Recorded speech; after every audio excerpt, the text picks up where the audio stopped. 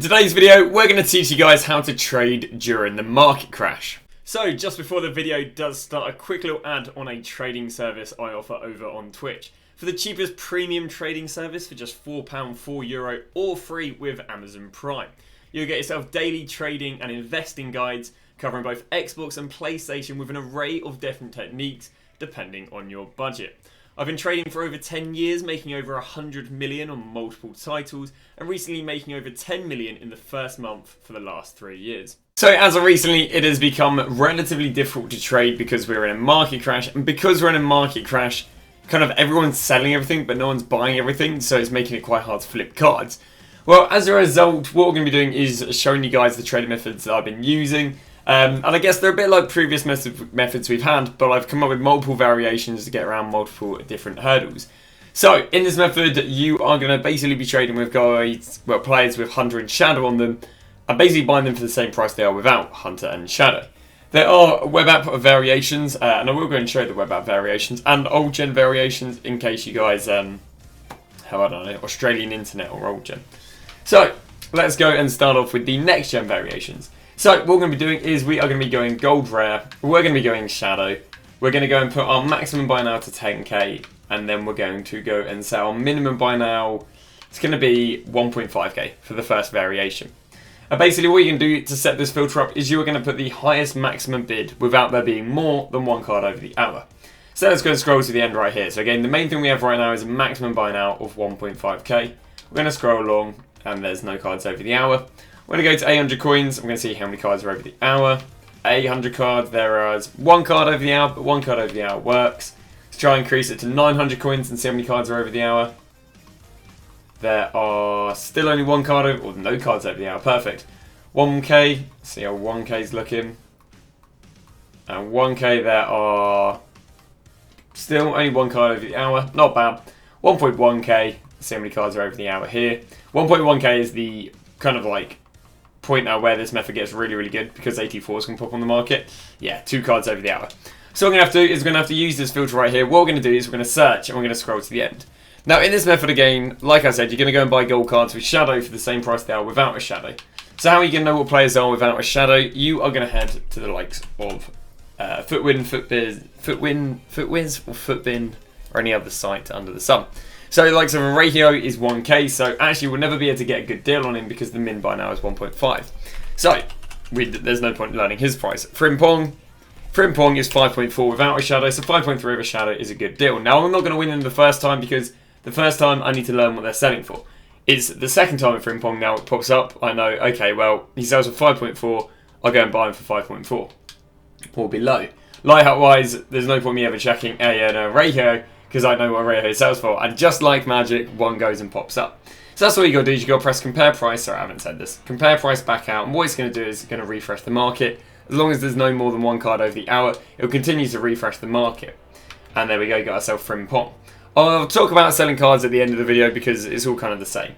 So there's Frimpong with many of the other cards we've been buying today. So that is the first variation, that is putting a minimum buy now of 1.5, a maximum buy now of 9.9, and going gold rare shadow. Now the second variation for console is going like this. Now like I said earlier, 1.1k is quite a big point, quite a big deal. And the reason for that is if I go and search right now, the highest rating card that can pop up are 83s. Well, there's actually a lot of really good deals out there that are 84 rated. Let's see if we can go and find some right here, if by magic.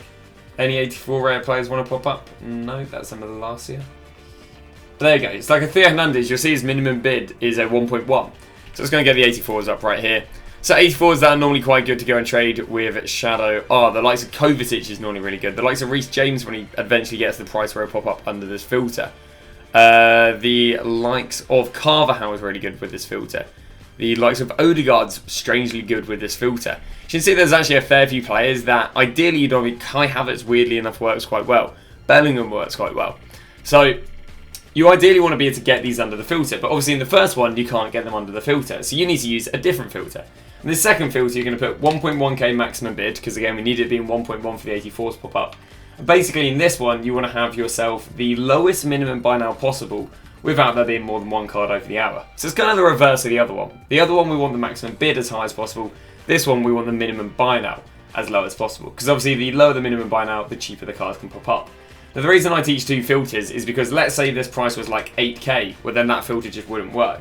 So 4k is all good. Let's see, can we lower it down to 3k? You ideally want the minimum of this to be about 2.5k, otherwise it's probably just not worth your time. And there we go. So again, it's going to be the same premises once we do manage to get the filter, so 2.5. Once again, we can lower it even better. So you've got to understand, with this, you're more looking for the 84s and maybe the more expensive cards. So 2k minimum by now is not too bad. Obviously, you can go and get the other players on this filter. There we go. So there's our first player. And again, you can have up to 1 player over the hour. 1.5, I'd imagine that won't work because it literally didn't work with the previous filter. So we actually know it won't work. 1.7. Is 1.7 going to work? It is not. We can actually work out that the highest we can go is 2k. So that's all good because, again, a lot of those 84s, the minimum was 2k anyway. So what you're going to be doing this one is the exact same method in terms of you're going to press compare price back out. And when a player pops up, again, you'll either know what they go for or you can use the likes of footbin. So again, we can head over here, type Hernandez in. We can go and find the right Hernandez. And boom, Hernandez goes to 2.4. So this one right here is a good deal at 2.4.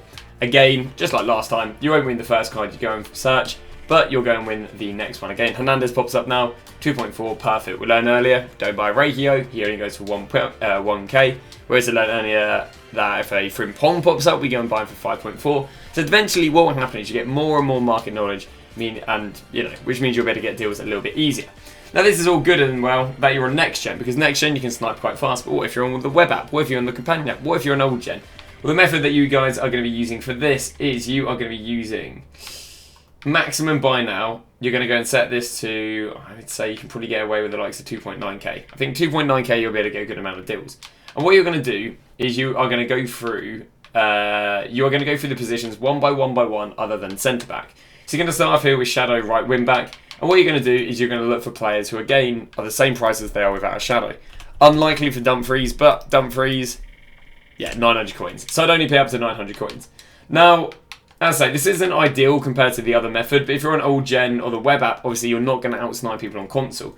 So you guys need to find some alternative methods. Now, the good thing about the web app here is you can actually speed scroll to the 59th minute on the web app because the web app processes pages a lot faster than console. Old gen is still very slow. So what you're going to do is you're going to go, again, next position, right back. So let's see, can we see anyone who I think might be good? There you go, Di Lorenzo. Di Lorenzo is not going to be amazing right here at 1.2k. So nothing on Di Lorenzo. And again, I'd go to the next player and the next player, next player. What you want to do here is again go right wing back, left wing back, CDM, right mid, centre mid, left mid, cam. You'd be surprised, a lot of left mids and right mids and cams can actually sell on, especially if they're the more defensive players, someone like a Canales, for example. So those are the 3 methods. Once again, you're going to be going rare gold shadow, maximum buy now 2.9, and then go through all the midfield and defensive positions. Now, let's say we go and get a deal like the likes of Frimpong. What am I going to go and sell Frimpong for? Now, there is going to be the odd player where there's actually not much of a difference between what they are with and without a shadow. Hopefully, Frimpong is not going to be one of them players. Not madly.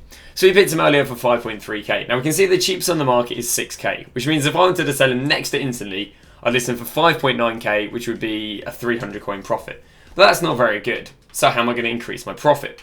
Well, basically you're going to be using a strategy called lazy buys. Lazy buys is when you don't actually sell the player for the cheapest on the market, and you basically just list for a price where there's like 3 pages on the market. So you could probably still keep going at 5.9.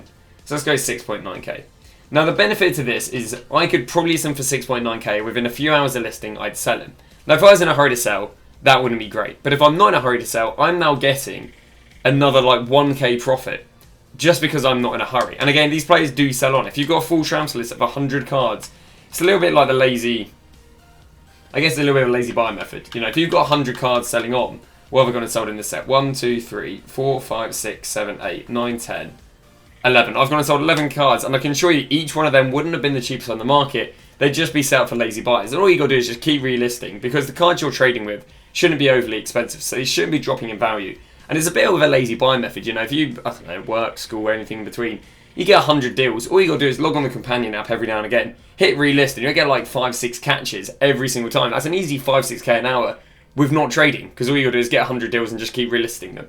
Now, obviously, if you're in more of a hurry to sell cards, you can go and sell for the cheapest on the market, but you saw the difference there with the Frimpong. Cheapest on the market, 5.9. No hurry to sell, 6.9.